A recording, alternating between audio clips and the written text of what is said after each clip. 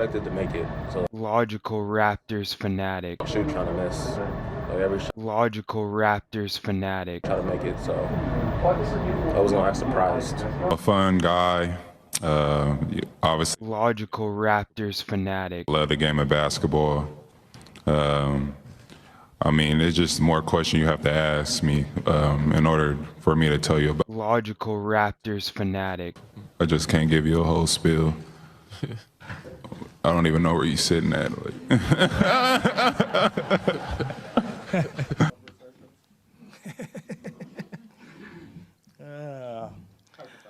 No Project Truth. has contacted me, and I see all the stuff that, like, you guys see.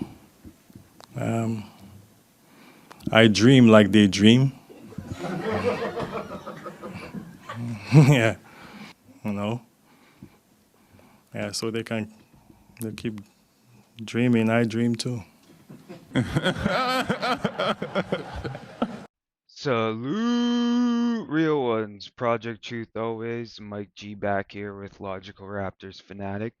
And we're gonna kind of build on what we were talking about last week, but eye in and get a little bit closer and flesh out the details a little bit more of the options of the money that could change and why they might change. And we're gonna go through it a little bit deeper.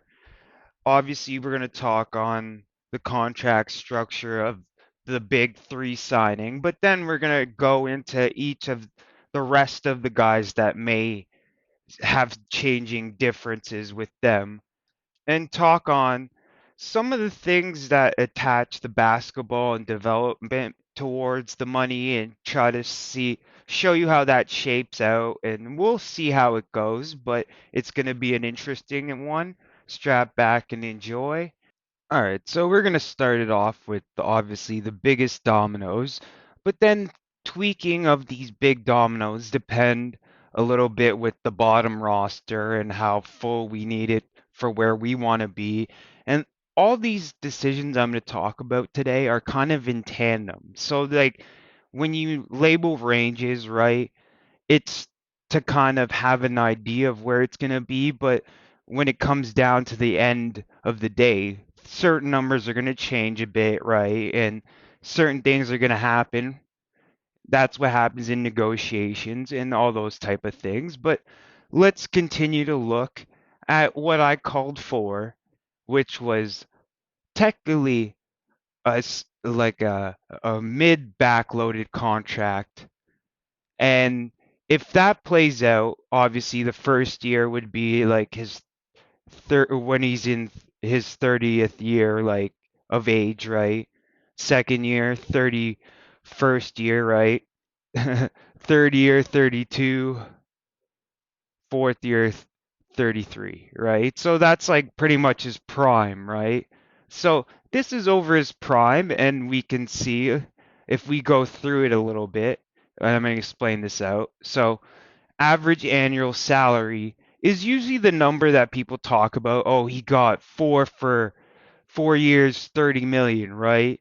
But they don't actually care about how it's paid out. Well, the players kind of do, and the cap really does care about how this all skews out because you have a limited amount of money per year, right? You have to stay under or you pay taxes, right? So it's ultimately in your favor to orchestrate contracts in certain ways, and you understand you have a development culture and a culture that tends to get better over each season that they're with us, right? And we've tracked certain growth cycles, right? And we can see how certain contracts sometimes mimic the kind of expected growth or like slowdown of each player depending on different things and different factors, right? And you have to use logic to kind of deduce why money values are kind of up and down, right?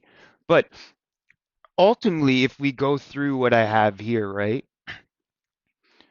we can see that in the first year, you could start off at an amount, right?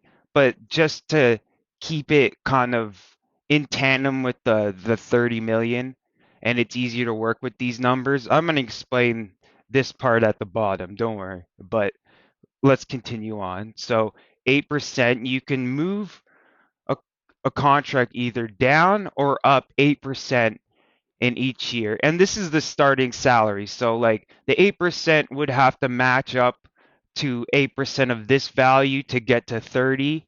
And then maybe it's not exactly 4%, but just for like simplicity, it's for this. I understand some of the metrics and stuff like the inner workings. It would take too much time to really go through it all and try to determine all this kind of stuff, right? But ultimately, this is how it works in a simplistic fashion, right? So first year, we're trying to squeeze through a smaller cap and don't want to pay luxury, right?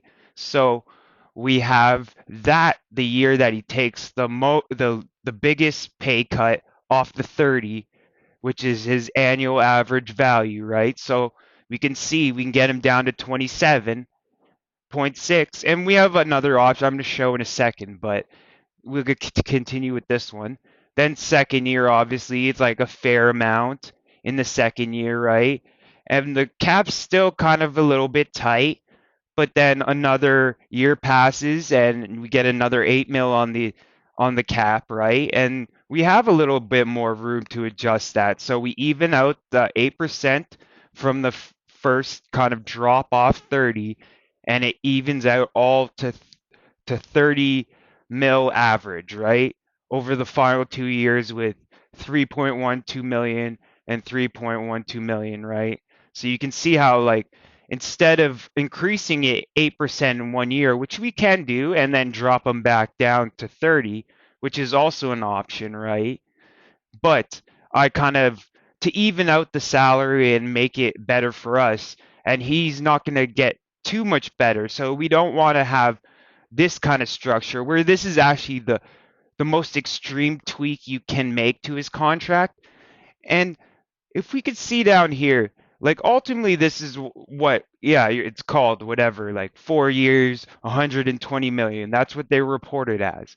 But if you look at that breakdown, it each year has its own value that adds up to 120 million, right? So let's look at this kind of style. This is the extreme backload with a 4 year. So first year, don't think of this as the starting, like you can't think 30 is the starting. He starts here and then we have to work up to build that annual average at first if we're doing a backloaded contract, right? Front loaded is opposite. So just mirror image this all and keep the numbered years, right? And it all works kind of in a similar fashion where that is also a method of signing guys, maybe trying to weave in and out of contracts and stuff. We've seen Chris Boucher's contract where it's a 3 year and it would look the opposite of just this part, kind of, with maybe like I think maybe 5 or 8%. It depends. You don't have to fully tweak them the full 8, but we do have a 8% to kind of work with here, right? So if we take that and the knowledge that we have to balance it out to kind of have that average annual value and come up with 120 in the end, right? We have to kind of change the numbers a bit, right? So obviously we can cut so much money off the 30 and still give them 30, right? Mil over the 4 years, but we could cut it down to 26, right? 26.4, adjust it up 8% in the second year, up to 28.8, which is 4% off the middle, and then we raise it plus 4% off the middle at a 31.2 million. You can see how those years mirror, but because we took so much off the front end, we have to raise it up another 8%, which becomes 33.6 mil. So you can see how like this is kind of like OG's contract currently, but I think he was stuck in the 5% range where it's either 5 or 8% depending on a couple of different key characteristics, but I'm not going to go into it here. But we can continue on, and you can see how this all adds up, right? back up to 120. So they're getting the same money. It's just they get it in different years, right? And obviously, we saw with Jakob Poeltl's contract how when the salary cap goes up, this number becomes less of the cap than it was before. So if this is whatever 20 or 25% or something like that, right? When the cap goes up, it becomes like 24%. And then it goes up again, and then it may become 23%, right? And then that means we have more money for other people and stuff. You understood that from the first part. But these are the different tactics that we could use to squeeze through. So I'm not even stretching the model to the extreme with everyone. I'm kind of going off what makes sense for Fred, and then Gary Trent might work well with a kind of contract like this, where we kind of spike it because he's going to get better over time.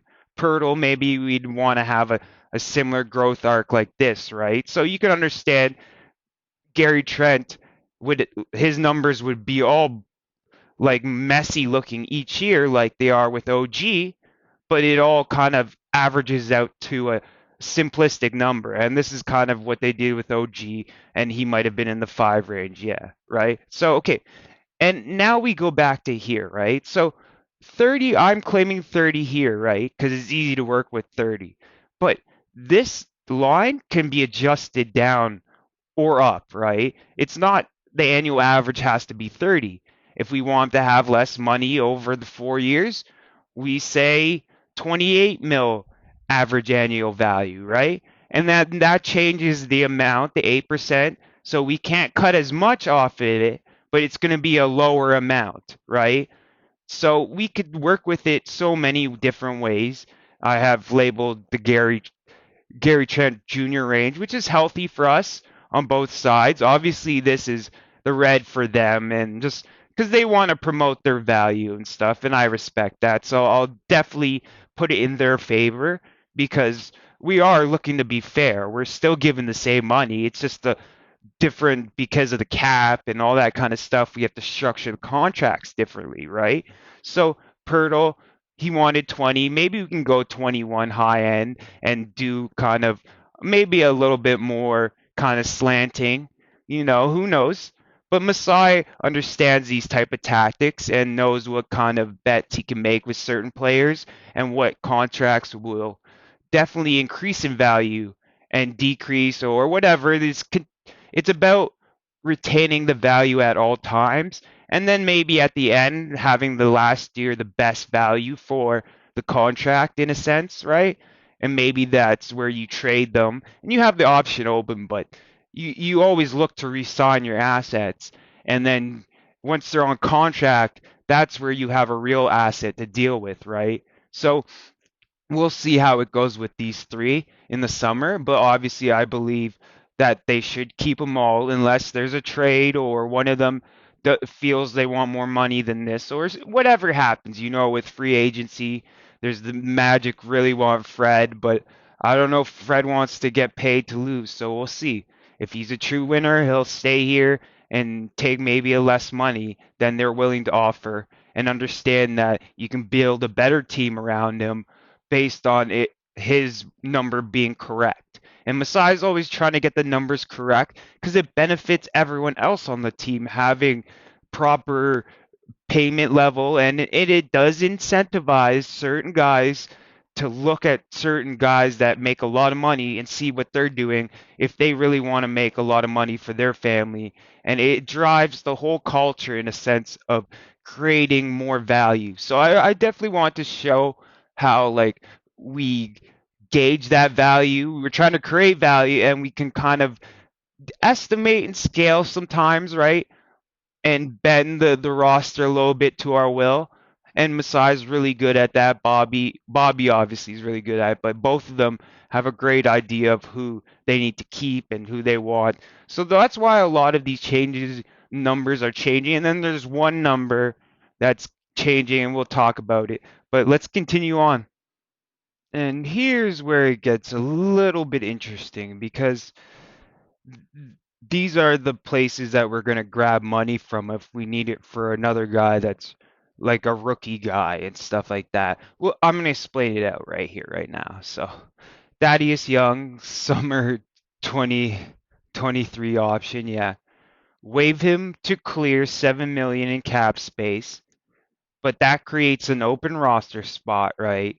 Which, like, the guys that we have kind of in line, well, I'm going to talk on Delano, and obviously Wieskamp obviously has his min that he signed last year, so we're going to explain that out. But I just wanted to kind of show a sum here where you're probably going to look at how much it's going to take to replace the kind of roster spot. So you don't get a full clean 7 mil off this kind of clear, but just to working with the big numbers and trying to get it down, we can see that it's a clearly good option. As I labeled the options, I don't know if anyone picked that up, where it was adjusting the salaries is probably the best option, and then obviously waiving Thad's a better option. But we'll check his contract here. So obviously this year he makes 8 million, right? Unlikely incentive, which is like a long shot incentive. And there's kind of stuff at the bottom here, but it's no real anything, right? So cap hit 8 million, right? So we could see it's 6.447% of the cap, right? And yearly cash, right? Guaranteed. Last year was fully guaranteed, but then we come on this year, right? And you can already see status part guaranteed. So it's only partially guaranteed. So 8 million if we have him for the full year, right? He has the same half a million unlikely incentive, right? 8 million if we keep him, right? 8 million of the cap is estimated to be 5.97%, which obviously you could see it's the same number, but the cap goes up, so it becomes less of the whole kind of percentages of each guy, and Pascal kind of stays at that 28%, right? And always there. So his number adjusts with the salary. And that's how maxes work with, well, the difference is in numbered contracts versus maxes, right? We're going to continue to point that out just to keep everyone on point, right? So, and then we can come down here and see this is the reason why we can waive him and get 7 million. Because when he signed his contract, he signed knowing the last year was only partially guaranteed for $1 million.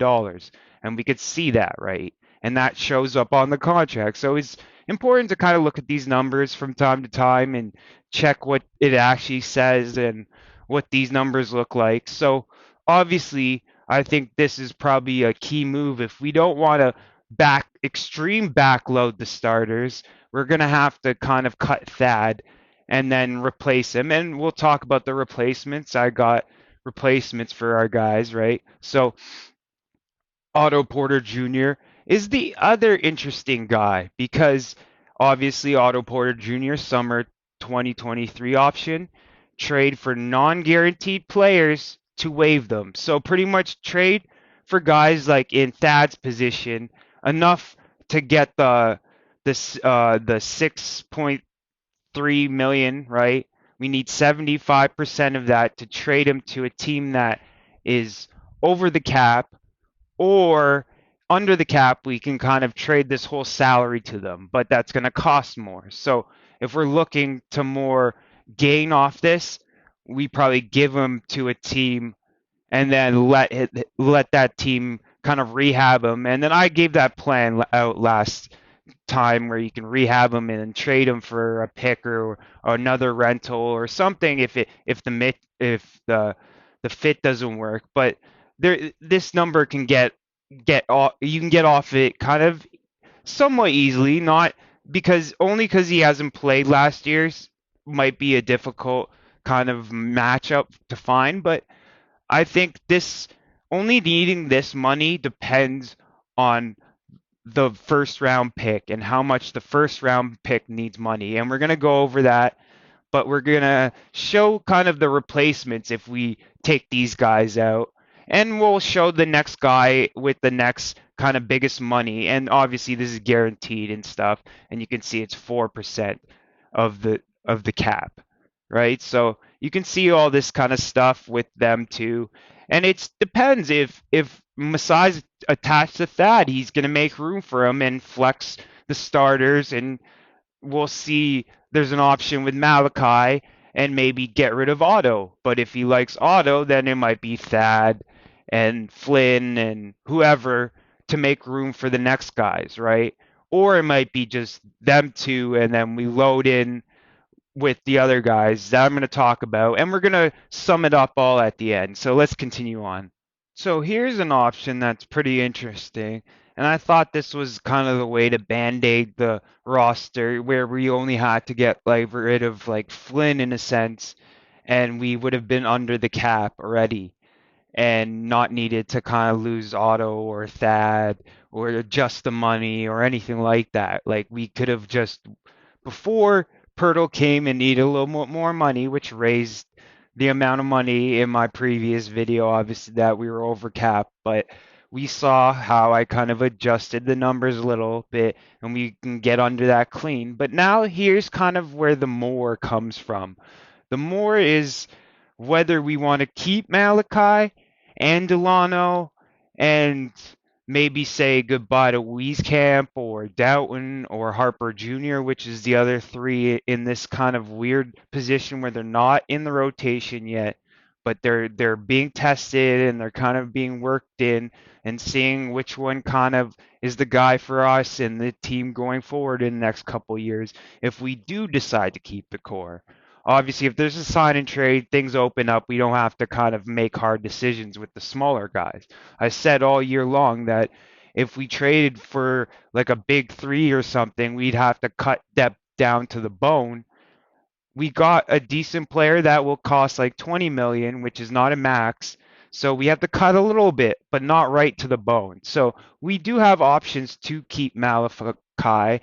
And like I was saying in the slide before, Thad and Otto, it just depends on how much money we need and to fill out the rest of the roster. And that first pick is kind of like a gauge point of the money and how much who needs the most money is probably going to be the first pick. So let's go through Malachi's interesting contract here for a second. Not too finely, but just go through it a little bit. So obviously he was a 29th pick, and you can see what a 29th pick got in the year 2021, right? So you could see it ranges quite a bit because Scotty started off at a way higher number, right? So obviously it's a nothing percent, right?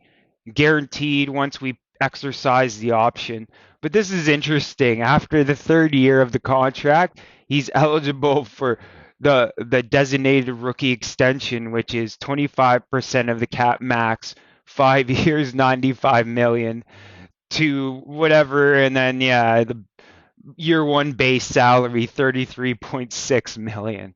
That's insane. That's funny. And like hey, you could do it. Hey, we that's what we did with Pascal.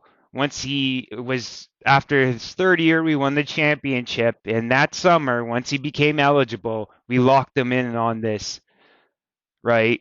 So and then obviously he played out the rest of his contract and the other year, and this was his all-star year where he was getting paid still like nothing really.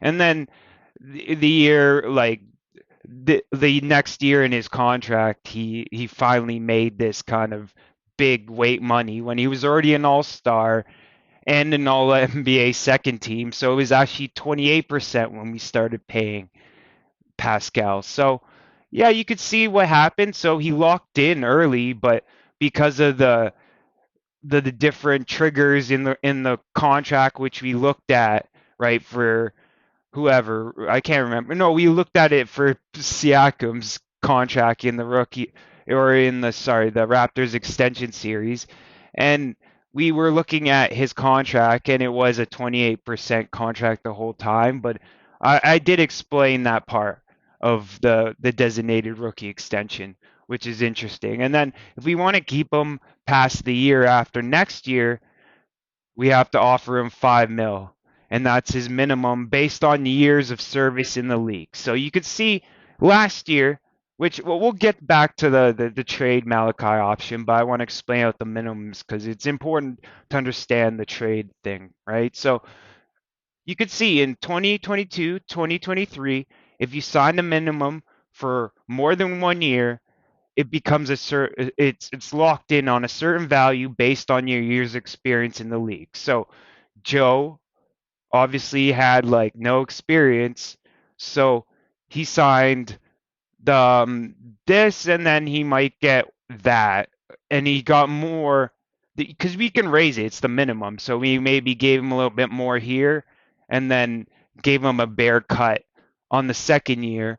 And if you actually look at these two numbers, 1.7, 1.9, right?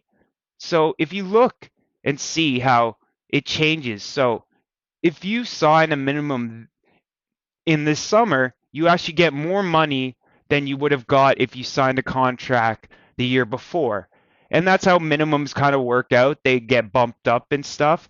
But if you get locked into a certain minimum, you can be under like league minimum for where you should be, but it's about how many years. So usually minimums don't last more like a bunch of years because they don't want to get locked into an extremely low scale up, right? So you want to not be there too long, but we can see that that value changes. So, but now if we go to Banton, which has more experience, and that would he would have 2 years of experience under his belt, and the minimum we can offer him in the summer is 109,89698, pretty much close to 2 million, right? So we have like a 175 or 1.7 kind of deal like here, right? You know what I mean? For second year wise camp. And we have a 1.9 over here, pretty much like 2 for Banton at the minimum. And actually trading, we Malachi Flynn is in this interesting range where his 3.873 is under the amount where we can trade for just cash, and we can see the conversion rate. It's up to 3 million in cash, but we can cut it like, you know what I mean? This is the amount that's actually needed to trade for Malachi, but it'll probably just be like 3 million cash in a pick, right? So maybe we get a low first or a second or something like that, future second, or maybe a future pick, and we completely get off his kind of like 4 million. And this number here, so 3.873, actually equals up to both their contracts. So Malachi Flynn can actually pay for 2 guys. So if we look to kind of drop Thad out of the kind of rotation or auto with a Flynn, so 2 of the 3 has to go, right? And we kind of replaced 2 of the 3 with these 2 kind of contracts. And I'll explain. Juancho's money kind of goes into the first pick, but the first pick is based on similar kind of structure like this, but we'll explain it through. So let's continue on. We kind of understand what's going on here. So if we kind of, and this was kind of the precipice, knowing the cap crunch and knowing that they might have to make this decision early, that I kind of set everyone up to understand what would happen if we chose to let go of Malachi for like just a pick and then gave that spot to kind of Banton, right? And how it worked with DeLon Wright and FVV and the whole is Malachi Flynn the next DeLon Wright. And we've shown a lot of improvement that Malachi has made, but it's about how much time you can improve in. Like it's weird, this like there's a time frame where you have to get to a certain point, or it's just like you're gonna be at a certain level like DeLon was, right? He didn't develop fast enough in the first couple years, and it wasn't all his fault in minutes and stuff, but we've kind of seen Malachi get enough minutes, and he's starting to really put some things together. But I did say we might see him get a lot better, but how much better really determines if he stays here versus like, because Ben has a lot of upside. So, and Weeze Camp, yeah, he's a nice, because we've kind of spotted our min that we kind of want to replace one of these guys with, and we've kind of got Weeze Camp, and then we got Doughton in this kind of bunch too, where he can kind of fit into that role as where we can actually wave the 2 guys, and then it all works out. I'm going to show it at the end, but let's continue on. And this is really the main part of the more we can see now a ping pong ball because it may be in the lottery like up here. We don't know. I cut out all the years that didn't make sense for us in the sense of where we could end up, right? So I just want to kind of keep it on the figures that we're looking at, but I want to keep number one in reference. You can see the what Wemby will get, whatever, you know what I mean? But where we're drafting, we're probably like these are like the play and loser spots in a sense of 13, 14, and then 15, 16 is like where 7th and 8th, right? And all that kind of stuff is 17th, right? All that kind of stuff. And then up here is obviously like sixes and then fives and then fours or whatever. And you can see the better we do, the less money we pay the rookie, right? Just based on the way the NBA works. We could either trade down though too. So like we might not like the selection that's left at the pick and maybe trade down and that we'd be able to cut a bit more salary off, right? Not too much, but tweaking things, right, is always key when you're going down to the final numbers. But I think this is a big part. We could see obviously if we lose like in 10th, it's a lot like it's a lot different, right? It's like 3.7 and Van Hoot really spotted it out when I had my premiere for like kind of that big episode. I knew there was going to be a lot of energy behind it and stuff because it was really key and everyone wanted to really know what was going on with the roster and the money and stuff. So I had that as a premiere. I won't always do premieres, but get back to the point. Van Hoot did point out, and that's where I maybe I didn't emphasize like we were gonna need more and talk enough about that. I just didn't want to make the video too much, right? So now we have more time, we can expand on things, and this is the Raptors' first pick, 2013, depending on final standings, is the X factor in the salary. How much do we have to pay the first round pick? And then we see like obviously like Juancho was making like two something, right? So we can cover base right here, and then we're gonna have to tag a little bit more money on. But then we got to fill out the full roster to 15 guys, in which might equal up to either Otto if it's really high, and we might have to cut Otto and Thad, and if it's lower, we can keep Otto and have to only cut like kind of Malachi. And you can see where that kind of it depends kind of where this is, where we have to kind of grab a lot more money or less money versus depending on where we finish in the year, and that's not determined till the season's done. So we can't actually know the kind of final numbers, but we do know the pencil ranges. We know we could stretch the contracts. We know all the options we have. We can keep the core. It's in our like we can do it. It's in the options that we have, the smart logical options. We don't have to do anything crazy to keep them, but there's a lot of options, and we had to kind of go through them, kind of connect them to the players more, and we could see obviously if we're needing another spot, Doughton comes in the first place, and to retain him from restricted free agency, it's going to cost 176,752, which is the minimum for 1 year of service in the last slide that was for 2022, 2023, or no, 2023, 2024 value. Sorry, my bad. The next year's value, yeah. So that was the min for a first year of service, and that's why they make this. This is the exact same contract. That's why I left like no name. They have this is the same contract. They have a two-way, right? This is what a two-way looks like. So we do have an option to retain Harper Jr. on another two-way, but I think that one's kind of played his G League out, like the full 4 seasons or something like that. I don't know how it fully works. I don't think the big team played him enough for him to qualify if he was on a two-way before. maybe we'll look at his contract another day. That could be a video for future. But let's sum everything up and like go over this and kind of bring in the contracts that won't change and kind of see how this kind of looks out. Eagle eye view. We're going to zoom out a little bit and take a look at what things look like, right? Looks like a little bit of a mess here, but I'll explain it out.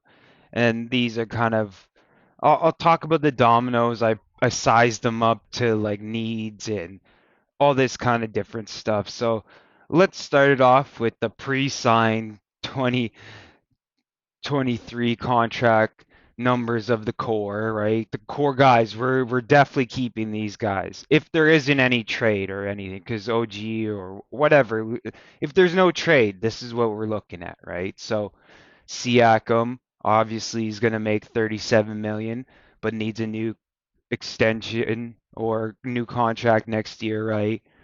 OG has a player option for next year, but is making 18, 6, 4, 2. And I told you his numbers are all look jacked up, but they equal out to like 7.5, I think. It works out something like that, like as the annual average value. So it's like this is the final really up year that we saw in the backload, right? Chris, we saw his contract kind of got front loaded where he made like 13 last year, right?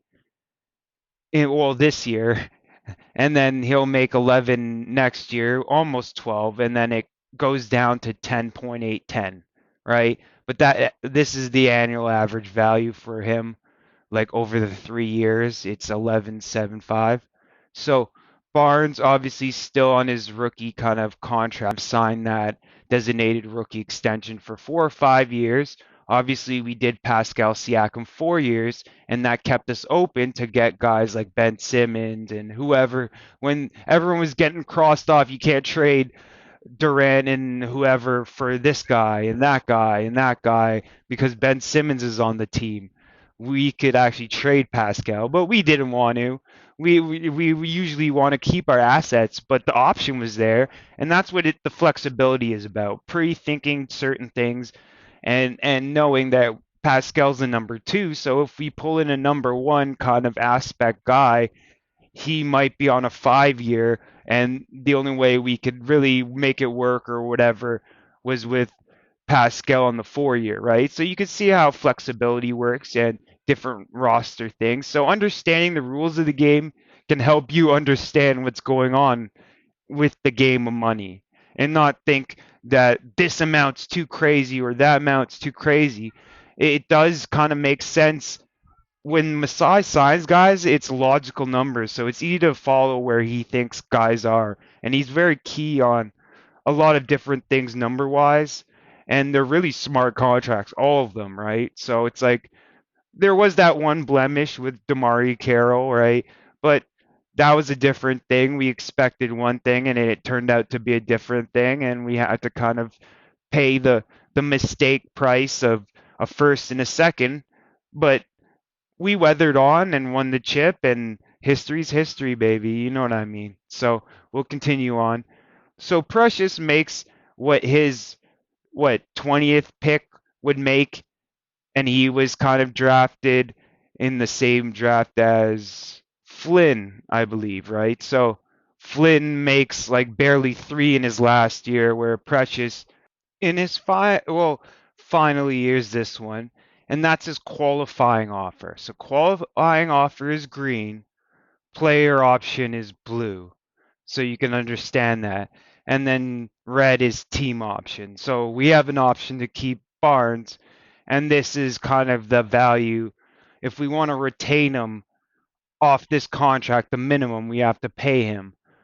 And obviously, he's going to earn a bit more than that, right? So we have to kind of plan for that, right? So, and then we have Coloco down here at 1.7 for next year and 2 after that. So you can see he didn't lock into a true like minimum contract. He kind of locked in a little bit higher than that, but like a closer to salary or starter kind of numbers in a sense of what kind of gauge he was getting. Like, he's getting closer to Siakam's first kind of couple years, right? And we're kind of even replicating that mold a bit with the G League, mainly on the second half, starting a lot because of an injury. It's almost interesting from the same town. It's weird, all the coincidences. But yes, Kolokov's his own player and Siakam's his own player. So we'll see how he develops out. And obviously Boucher's money then will be what he gets extended to. If we see the proper growth metrics, it depends on Koloko getting there. We're not just going to give him money. He has to earn it, right? Just because he's touted as this or that, he has to go out there and earn it and prove that money worth, right? So let's go on to the new contracts for the core guys that we've kind of looking to keep. There could be options for signing trades. Who knows what happens? But ultimately, we've seen we can adjust the first year of all these contracts. Like, I recommended 8%, but we can go as down as 12 on a like a shorter kind of or smaller AAV, which we fully understand what this kind of means, right? So the ranges, and I negate the ranges.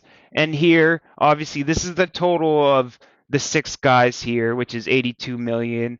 And then the new core guys, we could bend this number pretty low. It's not 60, but just wanted to kind of mark where the safe range is going to be and what happens with different things, right? We'll see how Masai needs to feel. Like, it depends on these guys. Like I said, if we grab money from them or grab money from bending the contracts, it depends on Masai whether he's on these guys hard, and we've seen the options to clear their money a bit. And then the other new contracts, obviously, band salary number and the first round pick salary. So obviously, first round pick from what 2 million to 4 million, kind of depending on where we finish. DB Rex, I think the minimum was like about 2 million, but I think 5 million is a fair kind of estimate per year, right? So maybe 2 years with a player option on the second year, and we have his bird rights after this year of signage when we re-sign him again, right? So, and that was something that Grubb said, and he's really key on this stuff too, which is really great resource if you also want to check out more of this kind of stuff. But let's continue on. So we could literally get Malachi completely off and erase this full number. I showed how we could do it with Otto. And then Thad, it's between 1 and 8, whether we keep him or waive him, right? So these are the different values and whether how hard we have to squeeze this. And then the first pick salary. And we kind of have an idea of who could come in and fill these spots if these guys are cut, which is Doughton. Obviously, the first round pick's going to replace Juancho, right? DB's already on the roster, and then the last roster round out would be Camp, currently already locked into a deal. So if we waive Flynn, Otto, or Thad, we'd have to add in Doughton, and then maybe another guy from somewhere. Ron Harper Jr. could actually be brought in, but I think they might go with another guy, maybe an undrafted guy. Who knows? Who knows what entirely happens with the salary? Only Masai and Bobby have an idea of who they need to keep and who they can let go, and for this team to really get to the next level. And we're gonna see over the last couple games. It's gonna be interesting. Love the energy from the win over New Orleans, and Yak and Boucher was going off and stuff. Man, oh, these contracts are great. And I think Yak is definitely worth something like this for sure, for sure. And we're working on his free throw. It was kind of touch and go there, but we've talked on it. We understand he needs work there, and he's going to continue to get better because that's what we do here with the Raptors. And grow, Raptors grow. Let's go to housekeeping. So obviously, first off, gotta salute the real ones, and for the likes, the comments, the subs, man. Wow. And I gotta really throw out a big shout out to Grubstown Clink. really shouted me out again on his channel. It's not the first time he's done it, but this time I really got trashing because I think I had a great video of the moment. And obviously, the backbone of this channel is a lot of the money stuff and development stuff. So obviously the money is the backbone and what I'm best at. So it was great for that direction, like that shout out. And you always have to check out the Grubstown Clink. He's always talking about great, interesting stuff, real basketball stuff, real ones, kind of basketball talk. And we're talking about Xing out the false truths and bringing up the truth more to light and stuff. Like he calls it red sauce. I don't want to take his stuff, but really great stuff.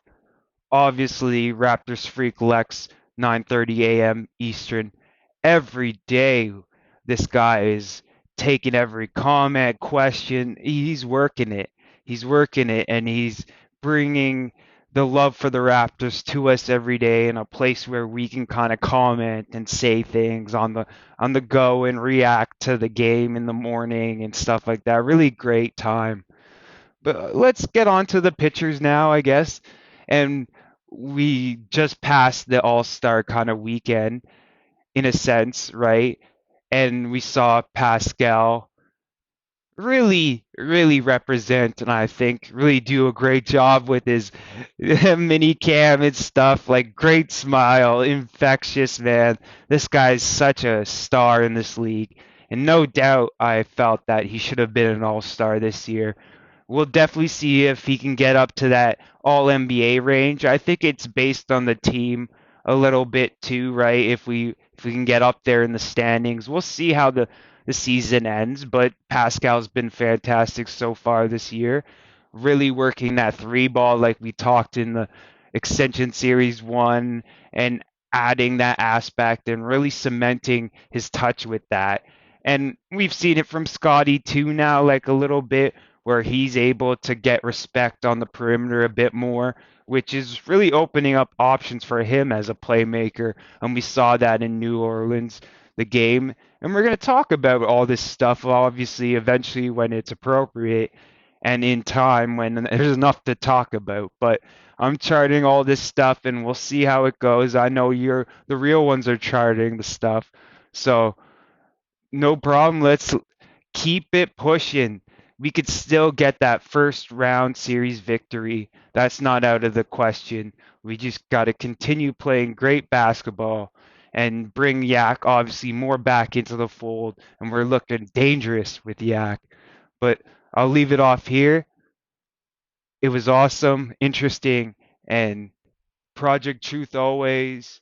Logical Raptors Fanatic out. Mike G. Mike G.